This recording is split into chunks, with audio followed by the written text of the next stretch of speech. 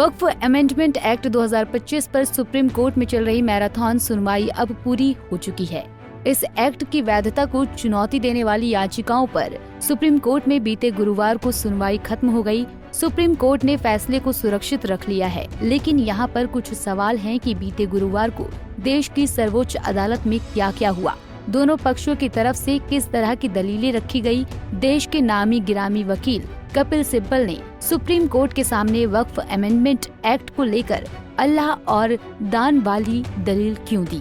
3 दिनों के भीतर देश के सबसे बड़े मुकदमे पर देश की सबसे बड़ी अदालत में किस तरह के जद्दोजहद नरी रही, किस तरह की जिराह हुई।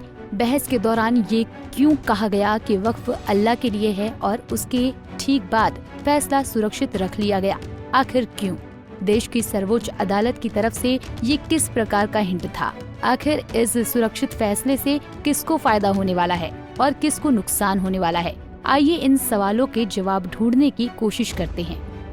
दरअसल केंद्र सरकार की ओर वक्फ अमेंडमेंट एक्ट 2025 पास किए जाने के बाद इस एक्ट के खिलाफ देश भर में भारी विरोध प्रदर्शन देखने को मिला था। जगह जगह से आगजनी की खबरें भी निकलकर सामने आई थी। सिर्फ आम लोगों ने ही नहीं बल्कि संगठनात्मक स्तर पर भी इस एक्ट का विरोध किया गया। विरोध करने वाले लोगों में ज्यादातर मुस्लिम समुदाय के लोग थे। All India Muslim personal law board ने तो बकायदा डोर टू डोर कैंपेन चलाकर वक्फ अमेंडमेंट एक्ट 2025 के खिलाफ अपना सख्त विरोध दर्ज करवाया। इस बीच इस पूरे मुद्दे ने देश की सर्वोच्च अदालत में भी दस्तक दे दी। सुप्रीम कोर्ट में इस एक्ट के खिलाफ याचिकाएं लगाने वाले याचिकाकर्ताओं ने इस कानून को मुसलमानों के अधिकारों के खिलाफ बताया और अंतरिम रोक लगाने की मांग की। उधर केंद्र सरकार ने कानून के पक्ष में दलीलें रखी। आखिरी दिन बहस सरकार के उस दलील के आसपास रही जिसमें कहा गया कि वक्फ एक इस्लामी अवधारणा है, लेकिन ये धर्म का अनिवार्य हिस्सा नहीं है, इसलिए ये मौलिक अधिकार नहीं है। वक्फ को इस्लाम से अलग एक परोपकारी दान के रूप में देखा जाए तो इसे धर्म का अभिन्न हिस्सा माना जाए। इस पर याचिकाकर्ताओं के वकील कपिल सिब्बल ने कहा, परलोक के लिए वक्फ ईश्वर को समर्पण है, अन्य धर्मों के विपरीत वक्फ ईश्वर के लिए दान है। तभी सीजेआई BR गवई ने कहा, धार्मिक दान केवल इस्लाम तक सीमित नहीं है, हिंदू धर्म में भी मोक्ष की अवधारणा है, दान अन्य धर्मों का भी मूल सिद्धांत है। तभी जस्टिस ऑगस्टिन जॉर्ज मसीह ने भी सहमति जताते हुए कहा, ईसाई धर्म में भी स्वर्ग की चाह होती है। सुप्रीम कोर्ट में वक्फ पर केंद्र सरकार की दलीलें। SG तुषार मेहता ने सेक्शन 3E पर बात की। कहा कि सेक्शन 3E अनुसूचित क्षेत्रों के अंतर्गत आने वाली भूमि पर वक्फ के निर्माण पर रोक लगाता है। ये प्रोविजन अनुसूचित जनजाति के संरक्षण के लिए था।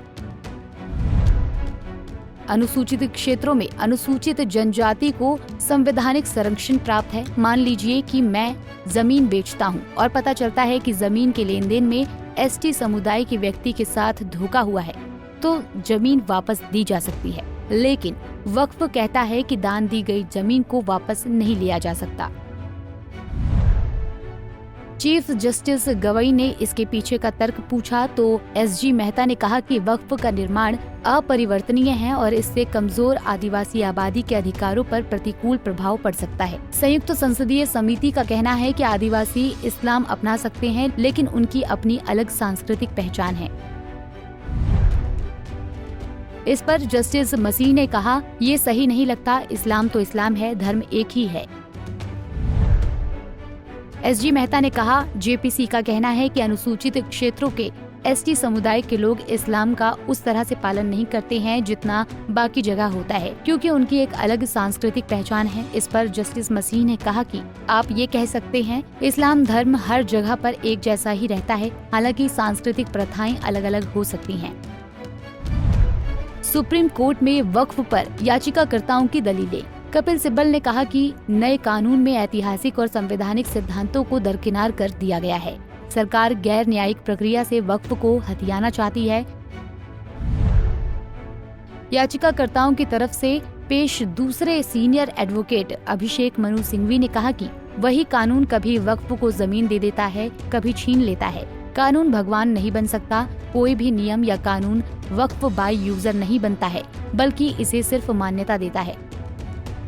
गौरतलब है कि वक्फ संशोधन कानून 2025 के खिलाफ सुप्रीम कोर्ट 5 मुख्य याचिकाओं पर ही सुनवाई कर रहा है। इसमें AIMIM सांसद असदुद्दीन ओवैसी की याचिका शामिल है। CJI BR गवई और जस्टिस AG मसीह की बेंच सुनवाई कर रही है। केंद्र की तरफ से सॉलिसिटर जनरल तुषार मेहता और याचिकाकर्ताओं की तरफ से कपिल सिब्बल, अभिषेक मनु सिंघवी और राजीव धवन पैरवी कर रही हैं। फिलहाल बीते गुरुवार की सुनवाई के बाद सुप्रीम कोर्ट ने वक्फ अमेंडमेंट एक्ट 2025 पर फैसला सुरक्षित रख लिया है। फैसला सामने आने के बाद ही ये तय हो पाएगा कि इस फैसले से किसको फायदा होगा और किसको नुकसान होगा। उससे पहले कुछ भी कहना बहुत मुनाजिब नहीं है। Bureau report, Punjab Kesari TV. हमसे जुड़े रहने के लिए हमारे YouTube चैनल को सब्सक्राइब करें और नई वीडियो की नोटिफिकेशन के लिए बेल आइकॉन को दबाएं।